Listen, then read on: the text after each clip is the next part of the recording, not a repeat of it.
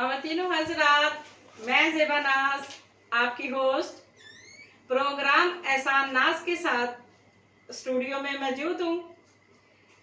एहसान नाज पाकिस्तान के माया नाज सहाफ़ी, सीनियर तज़िया निगार और किताबों के मुसन्निफ़ हैं। उनके मुख्तलिफ अखबारात में कालम भी छपते हैं और उनके कालम बड़े ज़ोरदार होते हैं। आज हम एहसान नाज साहब से पूछेंगे कि हमजा शहबाज को किस वजह से नैब ने 1 साल जेल में रखा हुआ है।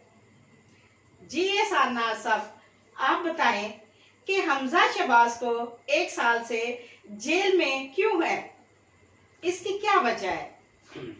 बिस्मिल्लाहिर्रहमानिर्रहीम, नहमदुहु व नसल्ली अला रसूलिल करीम मिनश्शैतानिर्रजीम। बिस्मिल्लाहिर्रहमानिर्रहीम। जितना दिया सरकार ने मुझको, इतनी मेरी औकात नहीं।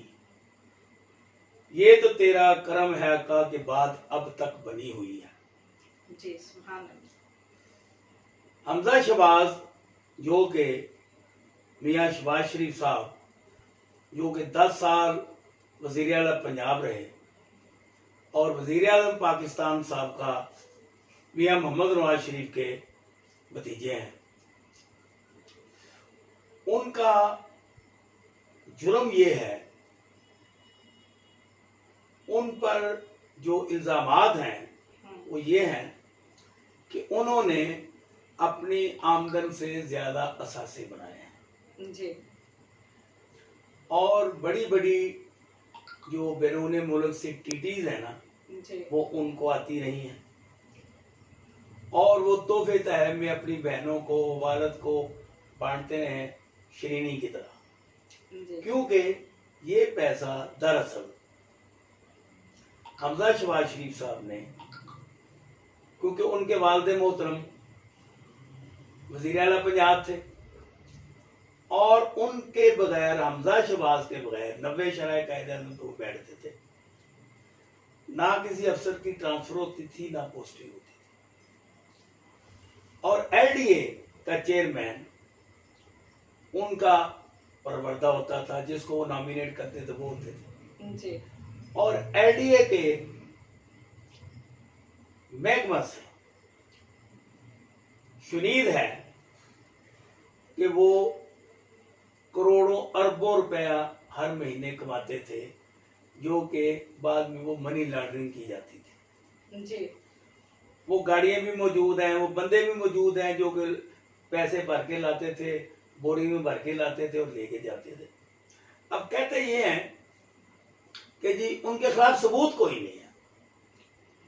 मैं भी इस बात को मानता हूं, क्योंकि जो भी वाइट कॉलर क्राइम करते हैं वो सबूत नहीं छोड़ते और पाकिस्तान का कानून कुछ इस तरह है, इसमें बड़े सुकम है। अब देखो, ये शुगर माफिया के खिलाफ रिपोर्ट आई, हुकूमत ने नैब को उनको मुकदमा चलाने के लिए कह दिया।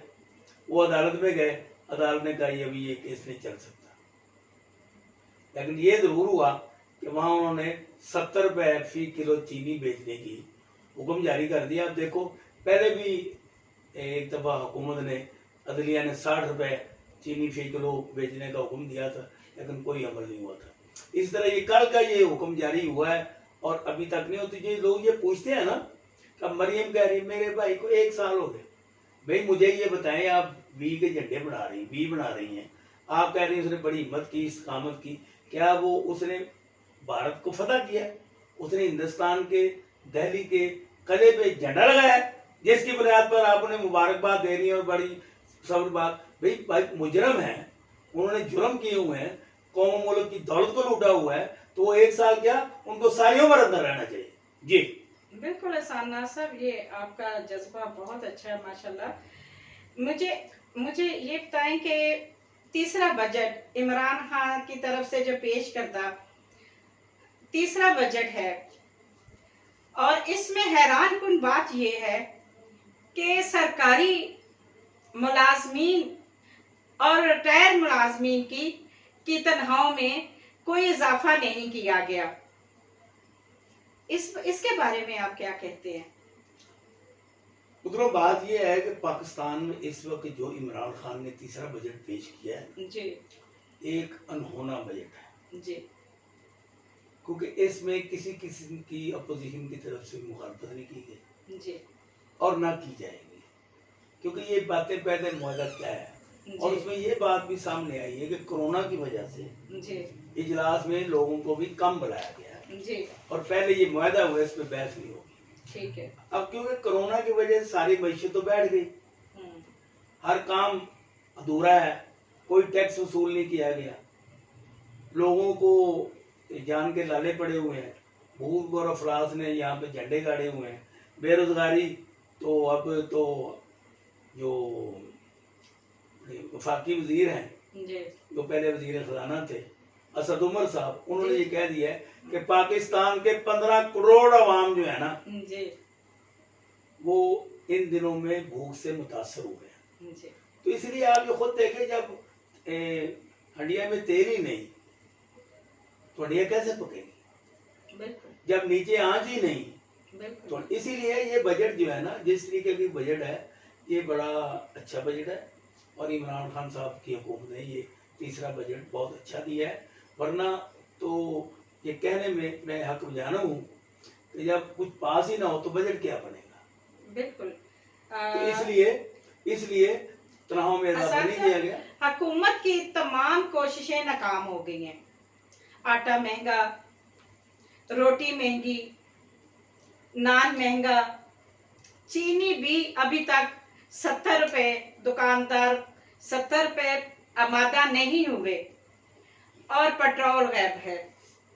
एहसान नाज साहब, आप हमें ये बताएं कि ये हुक्मरानों की गलती है या अवाम की गलती है कि उनको उन्होंने मुंतहिब किया? बात यह है कि हमेशा हुक्मरान जब हुक्मरानी कर रहे होते हैं ना जी, तो उनकी आंखें अंधी होती हैं, जी, कान बहरे होते हैं और जुबानों पर ताले लग जाते हैं। वो फीडिंग की बातें करते हैं। जी, अब देखो इमरान खान ने आज कहा, अच्छा जी पाकिस्तान में पेट्रोल नहीं मिल रहा, जी, 10 दिन हो गए पेट्रोल नहीं मिल रहा। और वजीर आजम, मैं वो इन चीजों से कि उनको पता नहीं चल क्योंकि रहा। वजीर आजम को ये पता ही नहीं हाँ जी, कि पेट्रोल मिल रहा है कि नहीं मिल जी, रहा। बिल्कुल, इस तरह उनको ये भी नहीं पता होगा कि अदलिया ने फैसला किया कि 70 रुपए किलो चीनी बेचनी है। जी, आज वो लाहौर में हैं, तो देखिए वो क्या फैसले करते हैं और क्या क्या उनकी तरजीहात हैं, क्योंकि वो उस्मान बुज़दार साहब को वो समझाने के लिए आते हैं। लेकिन उस्मान बुज़दार साहब के पास अपना दिमाग तो है नहीं, जी, इसलिए वो हर बात में यहाँ पे एक्चुअली जो हुकूमत है ना, उस्मान बुज़दार की नहीं, इमरान खान की है। और जो आपने सवाल किया, क्योंकि पाकिस्तान में आटा हो, चीनी हो, दालें हो, मेडिसन हो, घी हो, जो मुख्तलिफ जो किचन आइटम्स हैं, जी, हमेशा ये बड़ी है रोज मैटर और इन पे कंट्रोल नहीं किया गया, बिल्कुल, क्योंकि आज देखते ही देखते गंदम महंगी होगी। बिल्कुल, जब गंदम महंगी होगी तो नान भाई क्यों नहीं रोटी और नान को महंगा करेंगे।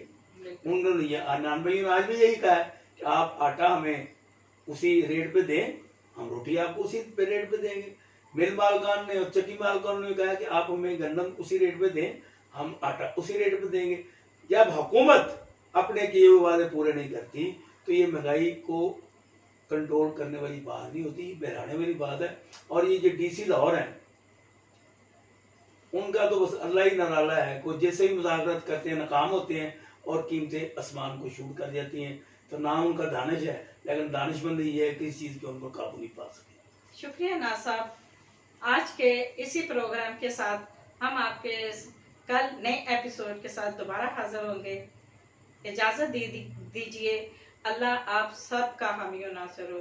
एहसान साहब, अल्लाह हाफिज, खुदा हाफिज।